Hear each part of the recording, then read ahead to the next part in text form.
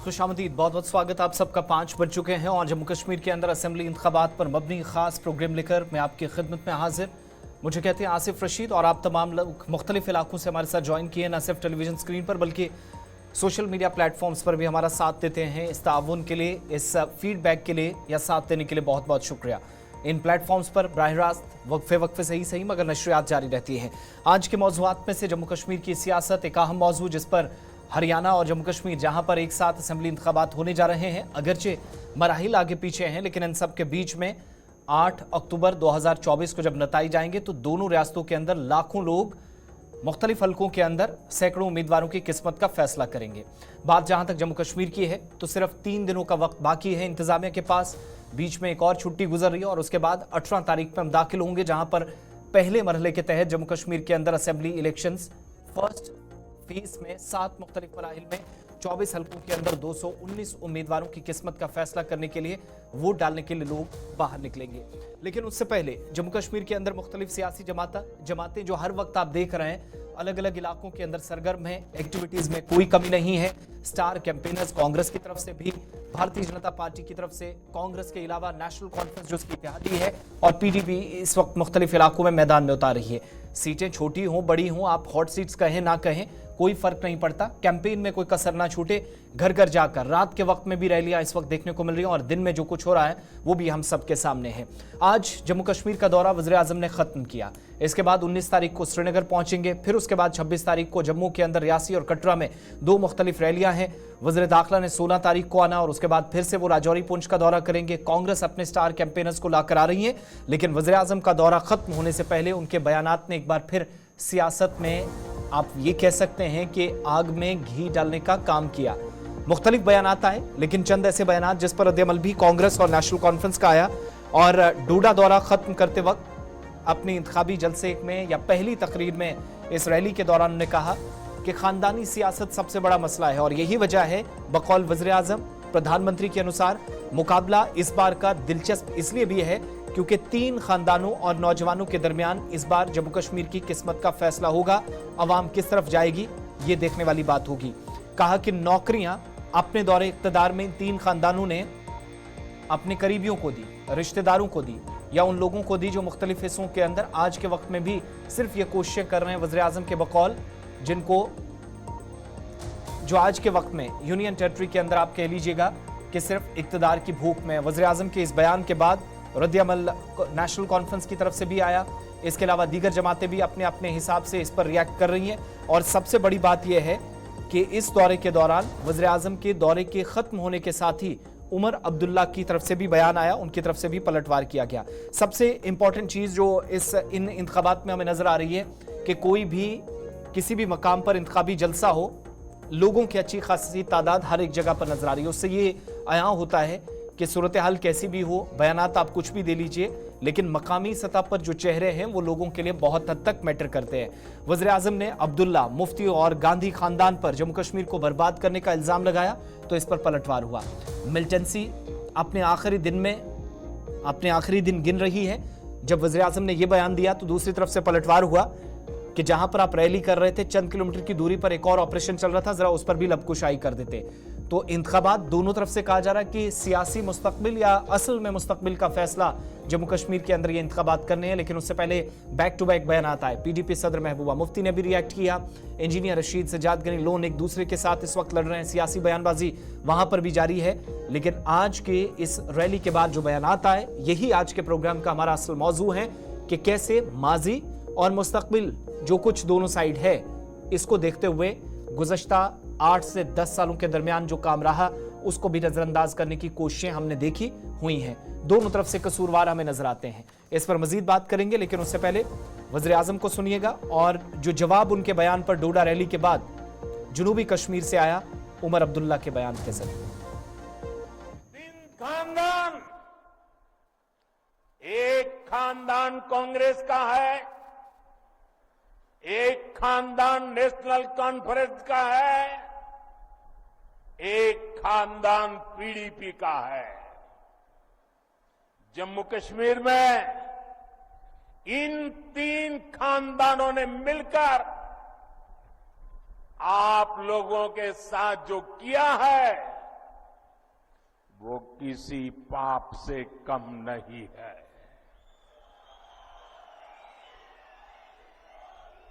ये तीनों खानदान जम्मू कश्मीर को दशकों दशक तक बर्बादी देने के जिम्मेदार है।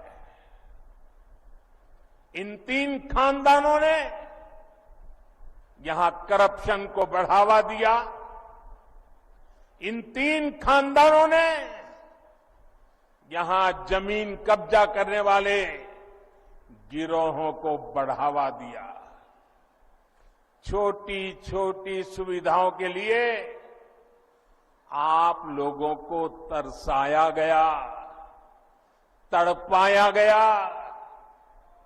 सरकारी नौकरियों में सिर्फ उन्हीं लोगों को भर्ती किया गया जो इन तीन खानदानों के खास थे।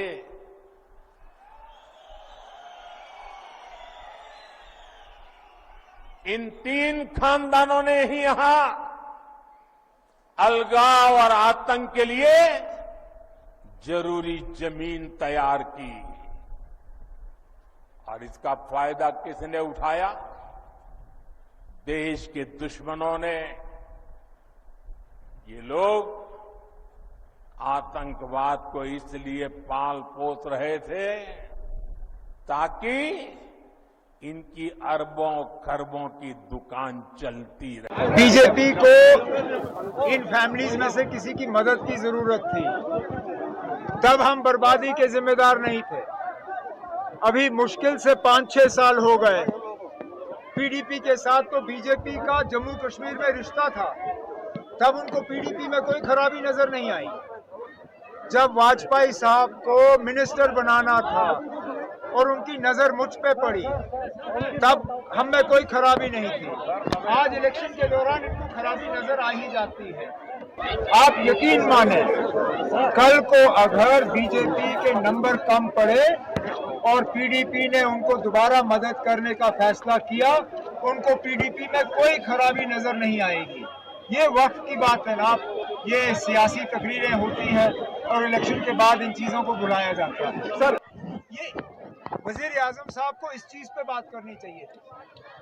डोडा में उन्होंने तकरीर की, 24 घंटे नहीं हुए हैं कि हमारे 2 बहादुर आर्मी के सिपाही जो हैं, जिनमें एक एनसीओ अफसर और एक जवान, दोनों मिलिटेंट के हमले में मारे गए। आज नॉर्थ कश्मीर में एक हमला, एक एनकाउंटर अभी भी चल रहा है। वजीर आजम साहब लोगों को गुमराह करने के लिए खानदानों की बात करते हैं। जरा मौजूदा हालात की बात करें।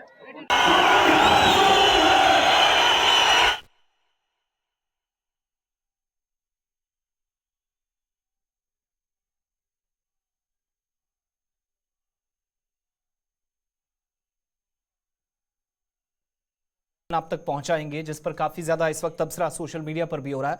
मेहमानों का रुख करेंगे, चारों तरफ से ओपिनियन लेने की कोशिश करेंगे। इंजीनियर साहिल बशीर साहब हमारे साथ हैं, भारतीय जनता पार्टी के तर्जुमान, श्रीनगर से हमें ज्वाइन किए। बहुत बहुत शुक्रिया साहिल साहब प्रोग्राम में ज्वाइन करने के लिए। हमारे साथ मीर फयाज साहब हैं, कांग्रेस से इस वक्त हमें ज्वाइन कर रहे हैं। बहुत बहुत शुक्रिया फयाज मीर साहब हमारे साथ इस प्रोग्राम का हिस्सा बनने के लिए। शहबाज मिर्जा साहब पीपल्स डेमोक्रेटिक पार्टी से है, बहुत बहुत शुक्रिया शहबाज आपका भी। शादाब सोहरवर्दी भी हमारे साथ, जम्मू कश्मीर नेशनल कॉन्फ्रेंस के तर्जुमान हैं, आपका भी बहुत बहुत शुक्रिया प्रोग्राम में ज्वाइन करने के लिए। शुरुआत जरा कांग्रेस से करते। मीर फयाज साहब, वज़ीर आज़म की बात आपने सुनी, पहला रद्द अमल न सिर्फ जम्मू कश्मीर के अंदर जो कुछ हुआ उसके लिए जिम्मेदार ठहराया गया, बल्कि मुल्क की सतह पर तबाही, बर्बादी और सबसे बेईमान सियासी जमातों में से एक और अवाम के हुकूक पर डाका डालने वाली जमात वज़ीर आज़म एक नहीं, 2 नहीं, 3 मरतबा दोहरा रहे थे। क्या कहेंगे?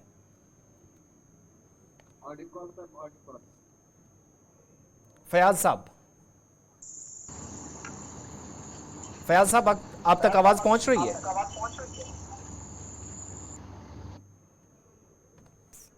फयाज साहब से दोबारा कनेक्ट करेंगे। शादाब सोहरवर्दी, जम्मू कश्मीर नेशनल कॉन्फ्रेंस का वैसे तो ऑफिशियल रिएक्शन आया भी, लेकिन चूंकि आपके खित्ते के अंदर थे, तीखे वार हुए वज़ीर आज़म की जानिब से, मौजूदा सूरत हाल, माजी के 50, 60, 70 साल भी गिनवाए गए। पहला या इनिशियल रद्द अमल में जानूं वज़ीर आज़म के दौरे पर, और वो भी उस इलाके से जहां पर शुरुआत असेंबली इलेक्शन की 10 सालों के बाद होने जा रही है आपके एरिया से। क्या कहेंगे वज़ीर आज़म के इन बयानात पर? 4 बैक टू बैक बड़ी बातें मैंने आपको सुना दी हैं। वज़ीर आज़म, आप मुझे सुन पा रहे हैं? जी जी। देखिए, मैं यही कहूँगा कि वज़ीर आज़म जिस चीज़ में एक्सपर्ट हैं उसी चीज़ के लिए उनको यहाँ बुलाया गया था।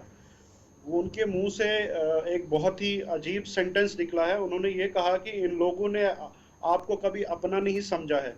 वो स्पेसिफिकली एक कम्युनिटी को एड्रेस कर रहे थे और उनको ये हिंदू मुसलमान में डिवाइड करने की कोशिश कर रहे थे। तो वो हमेशा उसी चीज़ में एक्सपर्ट रहे हैं। आपने पार्लियामेंट इलेक्शन में भी देखा होगा कि उन्होंने किन किन शब्दों का इस्तेमाल किया। मुसलमान, मुजरा, ऐसे ऐसे शब्द उनके मुंह से निकलते हैं। लेकिन यहाँ पे उन्होंने डायरेक्टली वैसे शब्द का इस्तेमाल नहीं किया, लेकिन इनडायरेक्टली उन्होंने लोगों को डिवाइड करने की कोशिश की और वो उस चीज़ में एक्सपर्ट हैं। जहाँ तक सवाल है ये खानदानों की बात का, उन्होंने ऑलरेडी उमर अब्दुल्ला साहब ने जवाब दिया है कि तब उनको जब ज़रूरत थी पीडीपी के साथ हाथ मिलाया था। नेशनल कॉन्फ्रेंस भी वाजपेयी के टाइम पे अगर उनके साथ थी, लेकिन जो ये आज की बीजेपी है, ये जिसकी ज़रूरत होगी ये किसी के साथ भी हाथ मिला सकते हैं इलेक्शन के बाद। तो इनका कोई वो मजहब कोई अपने ये कॉल पे रहते नहीं है, ये कभी भी अपना बयान बदल सकते हैं। और जो इनने लोगों को ये कहा कि नौकरियां नहीं दी गई, आपको याद होगा जब 2019 में 5 अगस्त के बाद इन्होंने ये 370 ख़त्म किया, इन्होंने 50,000 नौकरियों का वादा किया था। कौन सी नौकरी आज तक इन्होंने दी है? आज 5 साल हो गए, 5 साल में इन्होंने एक नौकरी नहीं दे पाए हैं। ये तो इनके ये झूठे स्लोगन्स होते हैं, हर जगह इनका यही काम है। ठीक है, मैं आपके पास दोबारा लौटूंगा, इसका जवाब भी बीजेपी से लेंगे। फयाज साहब भी हमारे साथ हैं। मीर फयाज साहब, आप तक आवाज पहुंच रही है? जी जी। वज़ीर आज़म की बात मैंने सुनाई और असल में जो मामला जम्मू कश्मीर के अंदर हैं जिनको हम देख रहे हैं असेंबली इलेक्शंस में डिस्कस किया जा रहा है, कहा गया कि फितने की जड़ ही असल में कांग्रेस है। पहले बाकी स्टेट से गिनवाया गया, वहां पर तबाही और बर्बादी के मनाजिर तक गिनवाए गए और आज जम्मू कश्मीर आते आते फिर से कहा गया कि 3 खानदानों को यहाँ पर जमाने, उनका पैर जमाने, पैर पसारने में या हुकूमत या निज़ाम मजबूत करने में, और फिर उसके बाद कुदरती वसाइल से अवाम तक परेशान या लूटने तक की जो परेशानियां हैं उसके लिए जिम्मेदार कांग्रेस है। और एक लफ्ज़ भी इस्तेमाल वज़ीर आज़म ने किया आपके लिए कि सबसे बेईमान और करप्ट जमातों में से एक।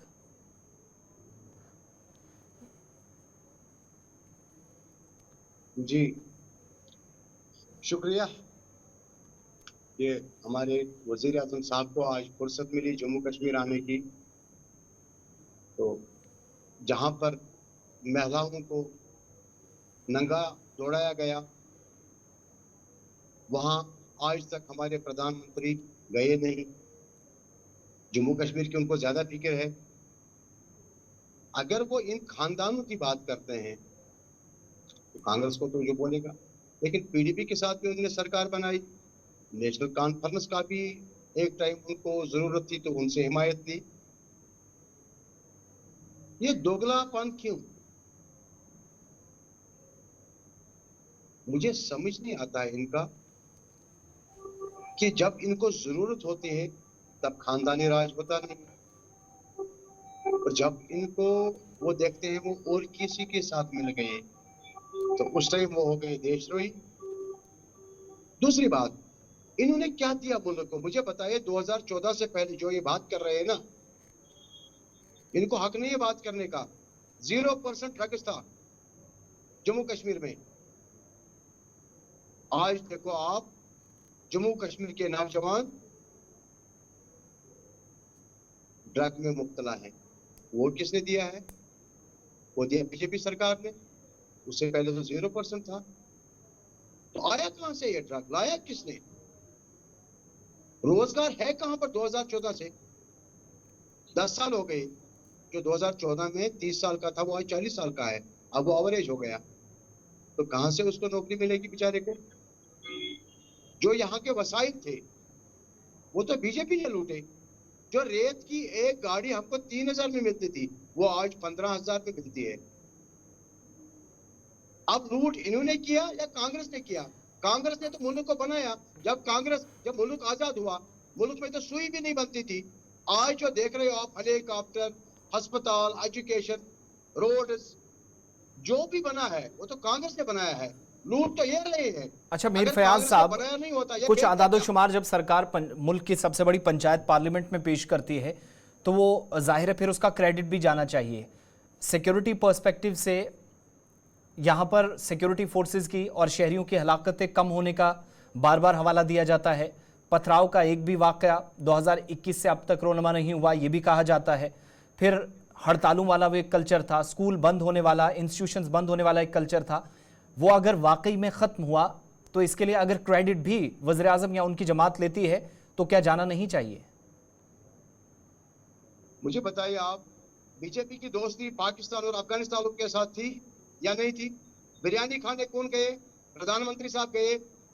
अफगान के साथ दोस्ती किसकी है? पाकिस्तान के साथ दोस्ती किन की है? बीजेपी की है ना। तो पथराव तो वही कराते थे, अब पथराव वही उन्होंने बंद कराया। जब उनकी सरकार आ गई मरकज में तो उन्होंने पथराव कराना बंद किया। तो आग लगाने वाले तो वही है, तो वो किस पे इल्जाम थे? गालिबत खुद करे, लानत भेजे शैतान पर।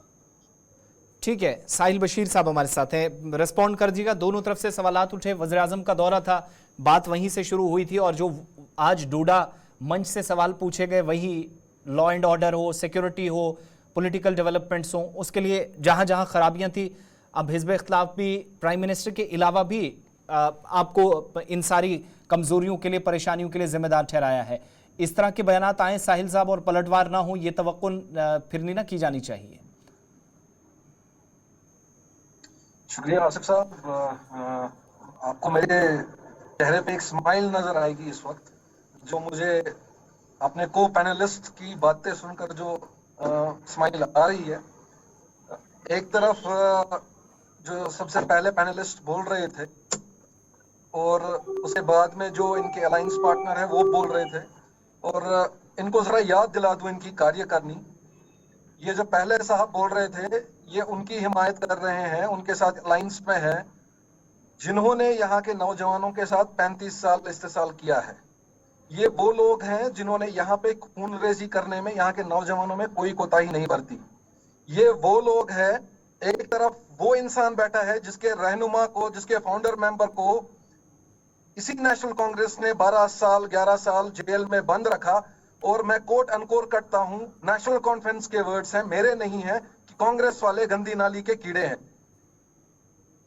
अब इनके साथ एक अलायंस बना के आज ये भारतीय जनता पार्टी को एक कसूरवार ठहरा रहे हैं। तो अवाम समझती है, अवाम बेवकूफ नहीं है।